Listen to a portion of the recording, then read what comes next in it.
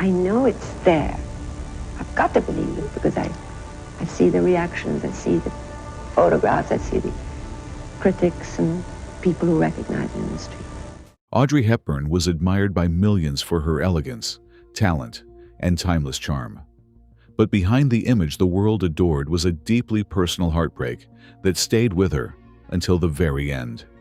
After years of failed marriages, unforgettable romances, and a remarkable life, she revealed the one man she never truly got over.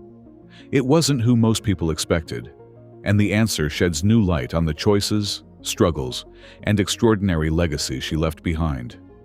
Why Hollywood's most elegant star couldn't find lasting love. To the public, Audrey Hepburn seemed to have everything.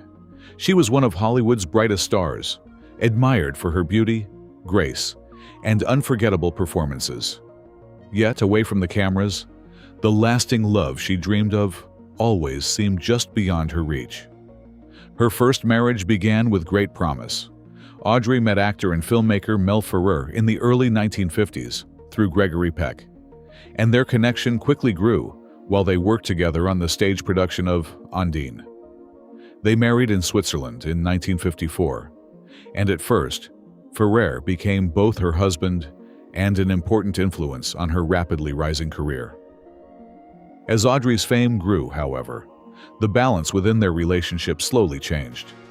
Ferrer became increasingly involved in her professional decisions, from the projects she accepted to aspects of her public image. What may have once felt like guidance gradually became something far more restrictive, leaving Audrey with less control over her own life than many people realized. At the same time, she was carrying another dream that mattered even more than her career. Audrey longed to become a mother. That dream was met with heartbreaking setbacks. She suffered a miscarriage in 1955, a loss that deeply affected her. A few years later, while filming The Unforgiven, she was thrown from a horse during production. The accident left her hospitalized with a broken back and was followed by another devastating miscarriage. Despite those painful experiences, Audrey never let go of her hope. In 1960, she finally welcomed her first son, Sean. Motherhood became her greatest priority, and she stepped away from acting for an entire year to focus on raising him. It was a decision that reflected where her heart truly was, even as her career remained at its peak. Behind closed doors, however, the marriage continued to unravel. Rumors of jealousy, emotional strain, and infidelity surrounded the couple for years. Eventually, after 14 years together, Audrey and Mel Ferrer ended their marriage. Although the divorce brought an end to a difficult chapter, it also left emotional scars that would take years to heal. Still believing happiness was possible, Audrey opened her heart once again. During a Mediterranean cruise in the late 1960s, she met Italian psychiatrist Andrea Dotti. His easygoing personality offered a striking contrast to the life she had known before, and the whirlwind romance soon led to marriage. Determined to build the peaceful family life she had always wanted, Audrey moved to Rome and gradually stepped away from Hollywood. Their son, Luca, was born in 1970s. Yet the fresh start she had imagined never fully materialized. Dotti's repeated affairs became increasingly public, turning her private disappointment into tabloid headlines. Audrey remained committed to her family for as long as she could, but eventually, the marriage also came to an end. By then, she had experienced two very different marriages that somehow led to the same heartbreak. To many, it seemed like unfortunate luck. But the deeper reason behind those painful choices had been shaping her life, long before she ever became a Hollywood icon. The hidden reason: her relationships never lasted. To understand why Audrey Hepburn's search for love ended in disappointment more than once, it helps to look far beyond Hollywood.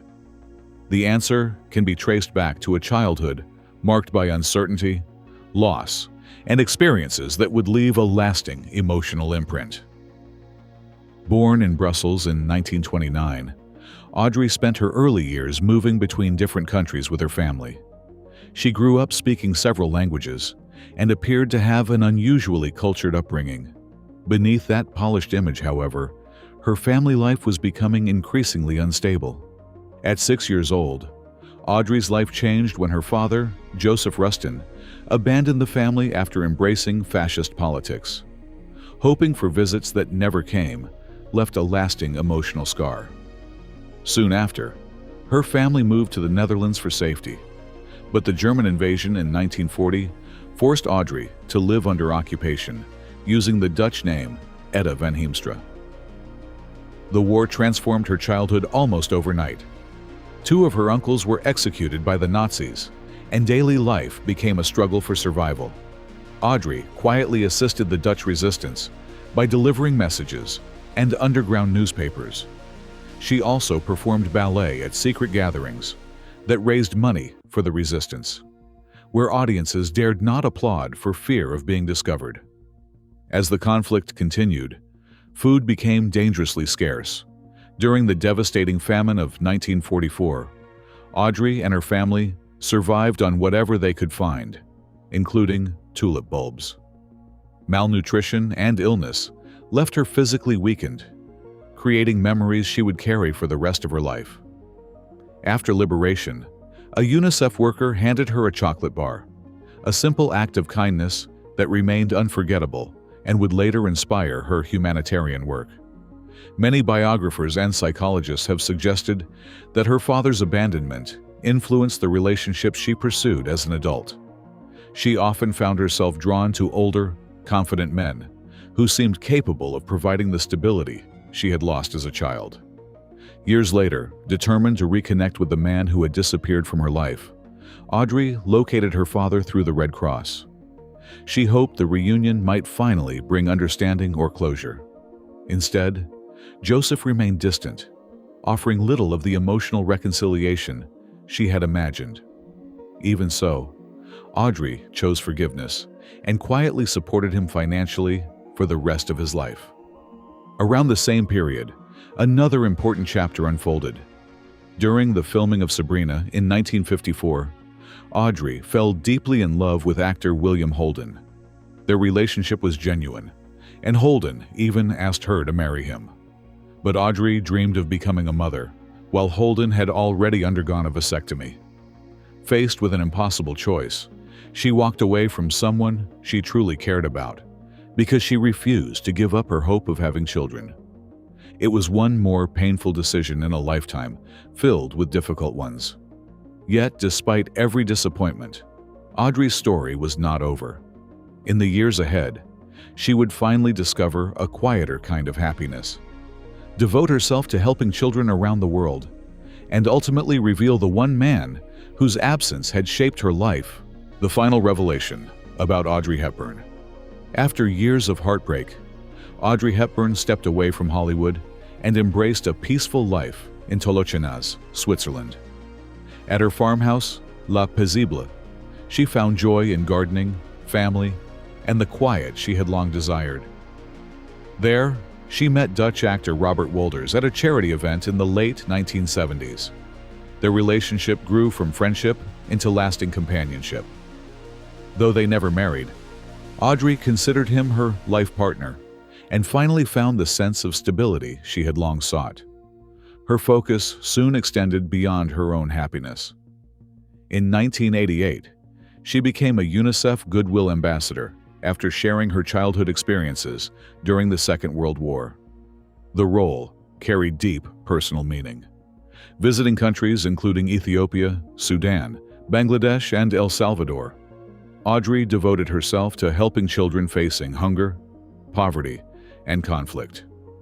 She understood their suffering in a way few ambassadors could, because she had lived through war, fear, and starvation herself.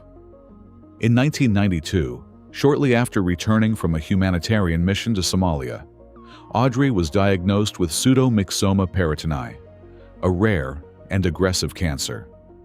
Despite the devastating news, those closest to her remembered her calm determination.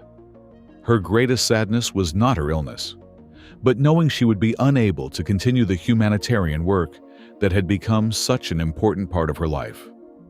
Thanks to the kindness of her longtime friend Hubert de Givenchy, Audrey was able to return home to Switzerland, where she spent her final weeks surrounded by Robert Wolders, her sons, and those she loved most. She passed away peacefully on January 20th, 1993. In the end, however, the most remarkable revelation about Audrey Hepburn had nothing to do with Hollywood or even romance. The one man she admitted she never truly got over was her father, Joseph Rustin. His decision to leave when she was only 6 years old created an emotional wound that never completely healed. Even after reconnecting with him years later and receiving little affection in return, she chose forgiveness over resentment. Perhaps that explains the legacy Audrey Hepburn left behind. The love she searched for throughout her life became the love she gave so freely to her children, to those in need, and to the world. And in that quiet act of compassion, she found the lasting purpose that heartbreak could never take away. Thanks for watching. What are your thoughts on Audrey Hepburn's remarkable story? Share them in the comments. Subscribe for more inspiring stories and watch the next video on your screen.